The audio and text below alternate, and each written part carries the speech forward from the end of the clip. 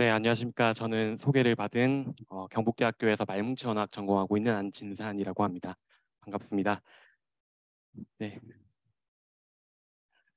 저는 이번에 현대문학의 금동현 선생님과 함께 공동 연구를 진행을 해보았고, 이제 큰 틀에서는 디지털 인문학이라는 분야 내에서 디지털 문학 연구로 범위를 조금 좁혀서 준비를 해보았습니다. 발표 제목은 디지털 문학 연구의 방법론 설계와 적용이고 부제로 대화조작 소설 말뭉치의 구축과 활용을 중심으로라고 달아보았습니다. 이제 사실 이제 둘이서 공동 연구를 진행을 하고자 할 때 브레인스토밍 과정에서 정말 많은 아이디어가 나왔었는데 이제 기존에 가지고 있는 데이터로는 기존의 연구를 뛰어넘는 연구를 할 수가 없고 또 디지털 인문학을 조금 더 발전시킬 수 있는 방향을 찾을 수가 없어서 직접 데이터를 구축하면서 발로 뛰는 연구를 한번 해보았습니다. 제 발표문을 보시면 아시겠지만 이게 국어학 연구도 아니고 국문학 연구도 아닙니다. 그래서 그 접점에 대해서 조금 더 중심을 두시고 봐주시면 감사하겠습니다. 네, 목차는 다음과 같습니다. 서론부터 결론까지 있고 제가 3장까지 발표를 하고 4장, 5장은 금동현 선생님께서 이어서 발표해 주시도록 하겠습니다. 네, 서론입니다. 연구의 목적은 디지털 문학 연구를 위한 대화주석 소설 말뭉치를 구축하고 그 활용상의 의의와 한계를 제시하는 것입니다. 대화주석의 예시는 보시는 바와 같습니다. 제 부분은 이광수의 무정에서 가장 중요한 이제 부분인데 기억과 같이 이제 대화 그 소설 내에 있는 지문들은 이제 문장 분리와 같은 간단한 전처리만 거치고 니은에서는 이제 직접 인용문, 이제 큰 따옴표로 있는 직접 인용문은 저희가 대화로 이제 간주를 해서 처리를 했습니다. 이 대화의 청자가 누구인지, 화자가 누구인지를 주석을 했습니다. 그리고 이제 형식과 같은 이제 등장인물의 명칭이 나오는데 이 등장인물 명칭을 하나의 대표 형태로 통일시키는 작업 또한 했습니다. 디귿과 같은 경우에는 이제 새 처녀와 같이 지시 표현이 등장하는데 이 지시 표현이 지시하는 대상이 누구인지도 주석을 했습니다. 이런 대화 주석을 하게 된 이유는 이제 기존의 디지털 인문학에서 양적 분석을 굉장히 많이 해왔습니다. 이제 가령 예를 들면 이 형식이라고 하는 등장인물의 명칭이 있다면 이 형식의 빈도가 몇인지 어떻게 변화하는지에 따라서 그 핵심도의 변화를 살피는 연구가 주로 이루어져 왔는데 이것에 대한 양적 분석의 신뢰성을 확보하기 위해서는 이 등장인물에 대한 고유명뿐만이 아니라 지시 표현도 고려해야 하기 때문입니다. 네, 또한 국외의 연구 사례를 살펴보시면 이제 NLP와 같은 인문학과 공학의 융합 연구들이 많이 이루어지고 있는데 이런 가능성이 한국어에도 한국 문학에도 이제 할 수 있는지를 타진하기 위해서 연구를 설계해 보았습니다. 네, 2장에서는 디지털 문학 연구의 기반에 대해서 알아보도록 하겠습니다. 네, 그간 이제 한국 문학에 대한 디지털 문학 연구의 동향이 크게 세 가지로 이루어져 왔습니다. 첫 번째는 디지털 인문학이라는 것이 무엇인가, 그리고 디지털 인문학을 위해서는 어떤 것이 필요한 것인가에 대한 연구가 주를 이루었습니다. 이제 이남이 2013부터 최근에도 장노현 선생님께서 논문을 발표하셨습니다. 제 텍스트에 대한 양적 분석은 2번과 3번과 같습니다. 2번에서는 등장인물 네트워크 분석을 통해서 등장인물의 핵심도 변화를 추정해서 이제 소설의 전개가 양적으로 어떻게 드러나는가를 파악했었던 것이고 3번은 전산문체론입니다. 그래서 작가별로 어떠한 형용사를 자주 사용하는지, 어떠한 부사를 자주 사용하는지, 작가별로 작품군별로 어떤 특징을 가지고 있는지를 분석하는 것이었습니다. 이제 1번 논의에 따르면 이제 디지털 문학 연구의 기반은 크게 두 가지로 구성이 됩니다. 첫 번째는 문학 지식 체계를 정비하는 것이고 이것을 흔히 온톨로지를 설계하고 이 온톨로지에 따라서 DB화를 하는 것을 말합니다. 그리고 두 번째는 문학 말뭉치를 구축하고 활용하는 것인데 여기서는 말뭉치 자체도 구축하지만 말뭉치를 분석할 수 있는 도구를 개발하는 것도 포함이 됩니다. 저희 연구는 이제 후자의 가공 수준에 맞추어서 대화 주석을 한번 해본 연구가 되겠습니다. 네, 제가 방금 말씀드린 문학 지식 체계의 정비는 이제 한국 문학에 대해서는 아직 구체적인 사례가 없었는데 장문석 류인태 2021의 사례가 거의 유일하다고 보입니다. 네, 한 작가의 생애사를 연구하기 위해서는 그 작가에 대해서 어떤 정보를 체계화하고 데이터베이스로 만들 것인가 와 관련된 것이 그림 1과 관련된 것이고 그림 2는 그 온톨로지를 활용했을 때 새로운 문학 연구를 어떻게 수행할 수 있는가에 대한 예시가 되겠습니다. 이제 그림 2 같은 경우는 작가 윤동주와 굉장히 친분이 있었던 정병욱이라는 사람과 이 관계를 통해서 온톨로지를 구축한 후에 그것을 양적으로 시각적으로 드러낼 수 있다라는 장점이 있습니다. 이제 한편 이재현 정유경 2022에서는 이런 온톨로지 구축 방식은 연구자의 수고로움이 굉장히 큰 방식이기 때문에 힘들 것이다라고 얘기를 했지만 이제 저희가 생각을 했을 때는 결국에는 연구자가 직관을 가지고 이제 정성적으로 구축하는 데이터베이스가 굉장히 중요하다고 생각하고 있습니다. 네, 다음으로는 문학 말뭉치 구축 및 활용 한번 살펴보도록 하겠습니다. 제가 표일에는 한 6가지 정도의 사례를 제시를 해두었고, 지금 보시는 말뭉치들은 이제 그간의 BNC나 코카와 같은 대규모 말뭉치에도 문학 작품 텍스트들이 분명히 포함되어 있었습니다. 하지만 이것은 참조 말뭉치의 대표성이나 균형성을 고려하기 위해서 포함된 것이었고, 현재 한국에는 문학 작품만을 말뭉치로 만든 사례는 없습니다. 네, 이제 토일에 보시는 9개의 사례는 문학 연구를 위한 문학만 포함된 말뭉치라고 보시면 되겠습니다. 1번은 이제 구텐베르크 프로젝트인데 이제 굉장히 유명한 프로젝트이기 때문에 이제 설명을 건너뛰도록 하겠습니다. 이제 저희가 주목한 말뭉치는 2번과 3번입니다. 아담 하몬드라고 하는 토론토 대학의 교수님이 계신데 교수님 한 3분과 그리고 수업에 참여하는 한 20명에서 30명 정도 되는 학생들이 함께 구축한 말뭉치입니다. 이제 2번은 저희가 이제 모델링하고 있는 대화 주석을 단 말뭉치고 3번은 추리소설의 사건 전개와 관련된 주석들을 단 말뭉치라고 보시면 되겠습니다. 이제 2번, 3번 같은 경우는 이 원시 텍스트를 문학 연구를 위해서 문학 주도의 주석 체계를 개발하고 달았다라는 것이 굉장히 큰 특징입니다. 이제 4번, 5번, 6번은 이제 클라린이라고 하는 언어 데이터를 구축하고 배포하는 기관이 있는데 거기서 배포하는 문학 말뭉치들입니다. 4번은 문학 참조 말뭉치라고 보시면 되겠고 5번은 특정한 시기, 특정한 사건을 기준으로 한 문학 작품들을 모아둔 것입니다. 마지막으로 6번은 이제 조지 오웰의 1984라는 소설을 주석을 하고 이것을 12개의 언어로 병렬시킨 말뭉치가 되겠습니다. 이렇게 9개의 말뭉치 구축 현황을 보면 이제 문학 연구만을 위해서 구축하고 활용하고 있다는 것을 알 수 있습니다. 또한 이제 분석 툴 또한 활발히 개발이 되고 있습니다. 그림 5번은 랭카스터 대학에서 개발한 랭크박스라고 하는 분석 툴이고 이것은 이 프로그램만 설치를 하면 그 프로그램 안에 셰익스피어 작품들이 다 탑재가 되어 있어서 이제 문학 연구를 하시는 분들이 좀 더 손쉽게 양적인 분석을 수행할 수 있다는 장점이 있습니다.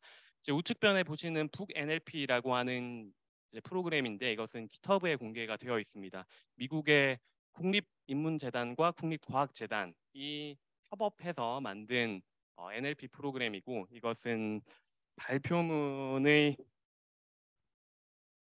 121페이지 표 38번을 보시면 이제 주요 기능을 보실 수 있습니다. 네, 다음으로 이제 국외 현황과 대비되는 국내의 현황인데 이제 말뭉치 문학 텍스트를 구할 수 있는 말뭉치가 1번, 2번 두 가지 종류가 있습니다. 하지만 이것은 문학 작품을 분석하기 위해서 문학 연구를 위해서 이렇게 따로 구축된 것이 아니라 이제 기존 말뭉치 안에 문학 텍스트가 포함된 것이기 때문에 문학 연구에 곧바로 활용하기는 조금 어렵다라는 점이 있고 그림 7번과 같이 저작권 문제가 또 지속적으로 발생을 하고 있고 그림 8번과 같이 문학 연구를 하기 위해서 또 양적인 분석을 하기 위해서 그 데이터를 구성한 포맷 자체가 오류가 있기 때문에 활용하기가 조금 제한적이다라는 것이 있었습니다. 네, 이까지 디지털 문학 연구의 현황을 알아보았고 3장에서는 저희가 직접 발로 뛰면서 구축한 데이터를 구축 과정을 설계하고 그 구축 결과와 쟁점을 소개하도록 하겠습니다. 저희 연구 대상 텍스트는 이광수가 1917년에 매일신보에 발표한 무정이라는 텍스트입니다. 네, 그런데 이제 국립국어원 문어말뭉치 내에 포함된 무정 텍스트는 청목사에서 2007년에 발간한 요약본, 출판본입니다. 그래서 연구의 실정성 문제가 조금 있는데 가용한 말뭉치가 이것밖에 없어서 제한적이지만 연구를 진행을 했습니다. 어조회수, 문장수, 대화수는 다음과 같고 여기서 대화라고 함은 이제 직접 인용문 큰 따옴표 안에 둘러싸여진 것을 뜻합니다. 연구 수행 과정은 1번, 2번, 3번, 4번의 순서로 진행이 되었고 1번은 컴퓨터가, 2번은 사람이, 3번은 사람과 컴퓨터가 함께 그리고 4번은 함께 분석을 했습니다. 전처리 과정에서는 문장 분리를 하고 개체명 분석, 형태소 분석 등을 수행을 했고 말뭉치를 가공하는 과정에서는 이제 주석 지침을 개발하고 등장인물 사전을 구축해서 미리 그 타입 수를 조금 더 자세하게 살펴보았습니다. 다음으로 주석 작업을 실제로 했고 주석 작업의 검수도 했고 제이슨 형식으로 익스포트도 했습니다.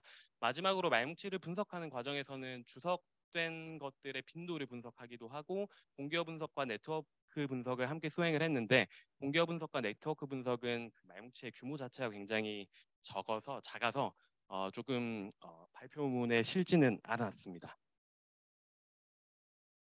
네, 본 연구에서 대화주석 체계는 이제 방금 앞서 소개드린 프로젝트 다이얼로즘 노벨 코퍼스 PDNC라고 부르는데 이 PDNC의 대화 주석 체계를 조금 수정하고 축소한 것입니다. 이제 8만 어절이나 되는 규모의 텍스트를 주석 작업을 하려고 하다 보니까 현실적으로 시간이 조금 부족하기도 해서 축소를 했고 축소한 결과 화자 청자 그리고 지시 표현과 지시 대상에 대해서만 주석을 했습니다. 예시는 다음과 같습니다. 네, 결과물의 형식은 다음과 같습니다. 네, 그리고 구축 결과 말씀드리겠습니다. 화자 청자를 살펴보면 화자 주석은 총 유형이 82개, 청자 주석은 총 유형이 116개가 나타났고 이렇게 유형수가 많은 것은 이제 여러 명이 말을 할 수도 있고 여러 명이 들을 수도 있어서 그런 것들을 각각 분리해서 주석했기 때문입니다. 지시 표현 주석 같은 경우는 타입수가 428개로 나타났고 예시에서 보시는 것처럼 대명사뿐만이 아니라 지시어 플러스 일반 명사나 고유 명사나 명사 구 등도 굉장히 많이 포함됩니다. 그리고 형태 분석 결과를 살펴보시면 아시겠지만 이게 형태소 분석을 한다고 해서 지시 표현을 자동적으로 식별하고 처리할 수 없다는 것은 이제 다 아실 거라고 생각합니다. 네, 다음으로 지시 표현의 빈도를 한번 살펴봤습니다. 네, 보시면 화자 주석이 82개인데 그 중에서 좀 주요한 등장인물의 지시 표현만 살펴보았습니다.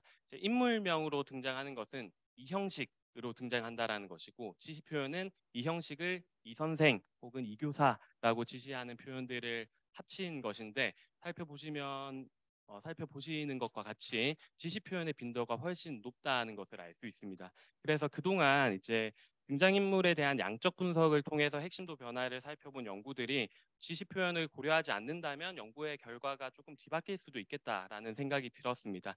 한편으로는 저희 연구에서도 조금 제시하지 못했던 것들이 있는데 이 지시 표현이 많다라는 것은 확실한데 지시 표현을 활용해서 어떻게 연구할 수 있을까에 대해서는 제시한 바가 없습니다.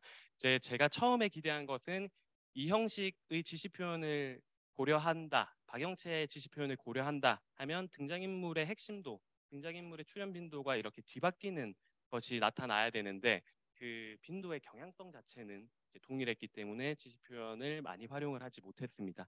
다만 지금은 무정이라고 하는 하나의 텍스트에 대해서만 주석을 한 결과이고 만약에 이런 텍스트를 뭐 20편, 40편, 100편 이렇게 모은다면 이 지시 표현 주석도 충분히 활용할 가치가 있다고 사료됩니다. 네, 마지막으로 구축 쟁점만 간단히 설명드리겠습니다. 첫 번째는 아까 말씀드린 바와 같이 정본과 축약본의 문제입니다. 이제 국립국어원의 저작권 문제가 해결되고 저희가 연구 대상으로서 활용할 수 있는 말뭉치 자체가 2007년 축약본이었기 때문에 기존의 무정 연구와 비교하는 데의 어려움이 있습니다.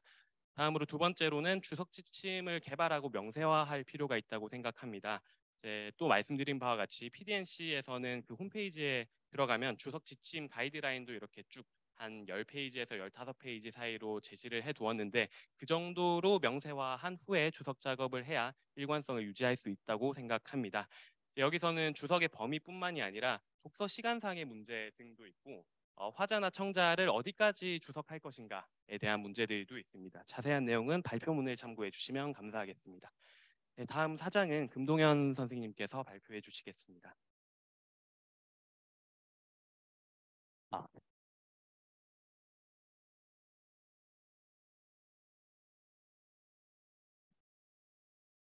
네, 사장을 발표하도록 하겠습니다. 아까 안진상 선생님께서 말씀을 해주셨듯이 이 연구의 어떤 문학 연구로서의 활용의 가장 큰 문제점은 이게 정본 텍스트가 도저히 될 수 없는 텍스트라는 점입니다. 그러니까 실제 무정 연구하는데 이런 총목사를 에서 출판한 무장을 쓴다는 건 말이 안 되는 거죠. 그렇지만 일단 저희가 그러한 한계 위에서 그냥 안 하기보다는 뭔가 해보려는 방식으로 나아갔고, 그런 맥락에서 어떤 경향성을 파악한다는 정도로만 이하의 연구 논문을 봐주셨으면 좋겠습니다. 사실 그 디지털 인문학이라고 했지만 문학 연구자들도 이때까지 메모나 밑줄 등 다양한 기억 장치를 통해서 작품을 읽어왔습니다. 그리고 그러한 읽기의 근저에는 당연히 개량적인 접근에 대한 욕망이 있는 거죠. 이걸 어떤 수치화를 해서 그 기억을 할 뿐이지. 그렇지만 이제 프로그램을 활용하게 된다면 개인의 계산보다 조금 더 접근이 더 확실해지고 정확도도 높아지고 산술이 어려운 양의 데이터까지도 이제 체계화할 수 있다는 큰 장점이 있습니다. 기존 문학 연구에서는 대부분 어떤 근거를 들 때 대유법의 방식을 많이 들거든요. 그러니까 자신의 근거에 맞는 부분을 인용을 하는 방식인 거죠. 그런데 그러한 방식도 물론 그 타당성이 있지만 이렇게 전체상을 보면서도 할 수 있는 새로운 방식을 제안하는 것 역시도 저는 충분히 의미가 있다고 생각하거든요. 그런 맥락에서 기존 무정 연구를 조금 어떻게 한번 확인을 해본다는 느낌으로 이하의 PPT를 구성해 보았습니다. 첫 번째 PPT는 이제 신우선과 노파가 구간별로 출현하는 빈도예요. 그림은 무정 대화 주석 말뭉치 언급되는 주요 죄송합니다. 그러니까 김철 선생님은 무정이 근대화를 향한 직선적인 욕망이라고 표현했는데요. 이처럼 무정은 통상적으로 전근대, 근대의 이항 대립으로 구조화된 소설이라고 논해졌습니다. 소설 무정에서 전근대성을 가장 잘 보여주는 인물은 당연히 노파인데요. 식민지 조선 유학생이었던 이광수와 그의 세대가 유학 경험을 통해 청년을 특권화했던 만큼 무정은 형식을 통해서 노인을 나고자나 과거의 사람 혹은 더 나아가 화석이라고도 규정합니다. 그런데 흥미로운 점은 이 표를 보시면 아시겠지만 노파와 신우선의 빈도가 굉장히 유사하다는 점이에요. 그런데 실제로 이제 텍스트를 조금 더 정확하게 보면은 신우선 같은 경우에 노파를 되게 경멸적으로 많이 표현을 하거든요. 노파가 완전 옛날 사람이다. 뭐 너는 모르겠지 이런 식으로 이야기를 하는데 이는 이제 신우선이 무정 전체에서 노파를 과거의 사람으로 타자화하는 인물이라는 것을 알 수 있습니다. 그런데 한편으로는 또 자세히 살펴보면 신우선 역시도 중국식 교육을 받은 사람이라고 하면서 이영식과는 또 대별된 인물로 나타나거든요. 그런 맥락에서 신우선과 노파가 하고 있는 이중의 역할, 신우선이 하고 있는 이중의 역할이 이런 표를 통해서 보면은 자세하게 이해할 수 있습니다. 그리고 다음 표는 이제 최주환 선생님께서 쓰신 이광수 문학을 애정 삼각관계로 분석한 연구인데요. 최주환 선생님은 무정을 형식, 선형, 영체 사이의 애정 삼각관계로 파악했습니다. 이때 선형과 영체는 각각 형식의 욕망과 의무를 대변하는데요. 형식이 욕망을 선택함으로써 느끼는 자책감이 서사의 주요 동인이고 이 자책감이 삼랑진에서의 대단어를 통해서 인물들이 깨닫는 민족애를 통해서 해소된다라고 합니다. 근데 이러한 부분들은 굉장히 표를 통해서 잘 나타난다고 보이거든요. 가령 앞에 나타나는 그림을 보시면 박영채와 김선영의 구간별 출현 빈도인데 삼각관계를 대별하듯이 이 출현 빈도가 굉장히 반비례 구도의 경향성을 보이고 있어요. 그러니까 전체적으로는 박영채가 고르게 언급되고 있는데 이는 당연히 박영채에 대한 죄책감이기 때문인 거죠. 그렇게 이러한 반비례 경향이 결과적으로는 11군 이제 16구간에서 해소되게 되는데 이 해소되는 구간이 최주환 선생님이 말씀하신 삼랑진의 화소입니다. 그러니까 최주환 선생님께서 말씀하신 부분들이 계량적으로도 다시 재확인이 되는 거죠. 그리고 조금 재밌었던 점은 화자 추, 화자 추, 화자 주석 개수와 청자 주석 개수 그리고 등장인물 언급 빈도 개수를 교차 비교했을 때인데요. 주저하듯이 이제 영체가 무정에서 전근대적인 가치, 봉건윤리에 충실한 인물이라고 논해집니다. 그 영체가 이러한 봉건윤리, 지조와 정절에 따라 평양에 가서 자살을 하는데 이때 영체를 구원하는 인물이 병욱이거든요. 신여성 병욱입니다. 그리고 병욱과 영체가 만나는 것이 위 그래프에서 12구간에 해당하는데 보시면 아실 수 있듯이 12구간에서 병욱을 만남과 동시에 영체가 말을 하는 빈도가 굉장히 늘어나요. 그러니까 이러한 맥락에서 근대적 주체의 요건이라는 것을 자기 발화라는 데서 혹시 찾을 수 있다면은 영체를 구원하는 것이 남성 지식인 형식이 아니라 여성 지식인인 병욱이라는 것을 알 수 있는 거죠. 이 역시도 그 강동호 선생님께서 짧게 비평문을 쓰신 건데 이게 계량적으로 접근하면 되게 분명하게 드러나는 이점이 있습니다. 네, 마지막으로는 결론인데요. 되게 짤뚱하게 사장이 끝나버려서 조금 아쉬운 감이 있는데 저희가 짤뚱할 수밖에 없었던 사실 이유들이 있었어요. 첫 번째는 이 디지털 문학 연구에 활용할 수 있는 참조 말뭉치 구축이 안 되어 있기 때문인 거죠. 제가 처음에 사실 생각했었던 것은 이 말뭉치라는 게 되게 뚝딱 나오는 거라는 어떤 착각? 그냥 문학 연구자들은 흔히 하게 되는 착각일 것 같은데 그렇게 해서 뭔가 이광수 문학 작품 전체를 막 분석을 해서 이거를 한꺼번에 시계열화를 한다거나 막 공간적으로 보게 되면은 되게 의미 있는 작업이 나올 것 같았는데 실제로는 그렇지 않고 8만 어절이 앞서 적다고 했는데 와 8만 어절이 적어? 이렇게 되는 현상이 발생을 했었습니다. 아무튼 이것이 말뭉치 언어학적으로 분석을 하기 위해서는 구축된 것들이 굉장히 많아야 하는데 현재로서는 구축된 것도 실정성이 없고 구축된 것조차 적은 상황이기 때문에 어, 결과적으로는 참조 말뭉치를 이제 앞으로는 구축해 나갈 필요가 있는 것이죠. 그리고 이 참조 말뭉치를 구축을 한번 해 보려고 노력을 하다 보니까는 굉장히 많은 시간이 소요되더라고요. 앞서 말씀해 주셨듯이 뭐 그냥 가공을 하는데도 엄청나게 시간이 들고 그 앞서서 저작권 문제를 해결하는 데는 또 엄청난 시간이 들 것이며 여기서 저희가 했던 방식으로 주석 체계를 정하고 그 주석 체계에 따른 가공을 하는 데는 또 엄청난 시간이 들 것인데 이것을 어떻게 할 것인지에 대한 것이 해결이 돼야지 저희의 연구 같은 방법이 실정성을 갖추고 문학 연구로서도 큰 효용이 있을 거라고 생각합니다. 이것에 대해서는 조금 토론해서 조금 이야기를 할 수 있을 것 같은데요. 그리고 마지막은 융합 응용 문화문학적 접근 방법의 모색이라고 적어뒀는데요. 어, 어학과 문학의 그 진짜 사소한 부분부터 되게 큰 부분까지 엄청나게 많은 차이를 사실 이번에 안진상 선생님과 연구를 하면서 느꼈어요. 저희가 이제 거의 10년지기 친구인데도 이걸 연구를 한번 하다 보니까는 그냥 논문을 쓰는 형식이라는 게 사실 사고방식의 체계인 거잖아요. 근데 논문을 쓰는 형식이 아예 다르고 가령 발표를 하는 형식 같은 경우도 완전히 다르거든요. 문학 연구랑. 저도 지금 이렇게 발표를 하게 될 줄 몰랐는데 아무튼 그런 맥락에서 이런 것들을 다 좁혀 나가는 방식, 거기서 타협점을 찾고 어디서 그러니까 저는 사실 이 연구를 하면서 제가 어학 쪽의 지식에서 얻은 게 되게 많다고 생각하거든요. 근데 문학 연구자로서 내가 어학 쪽에 줄 수 있는 건 무엇이냐라고 했을 때는 사실 그까지는 잘 못 나아갔습니다. 이런 부분들까지 조금 더 장기적인 시간을 두고 해결할 수 있으면 좋겠습니다. 이상으로 발표를 들어주셔서 감사합니다.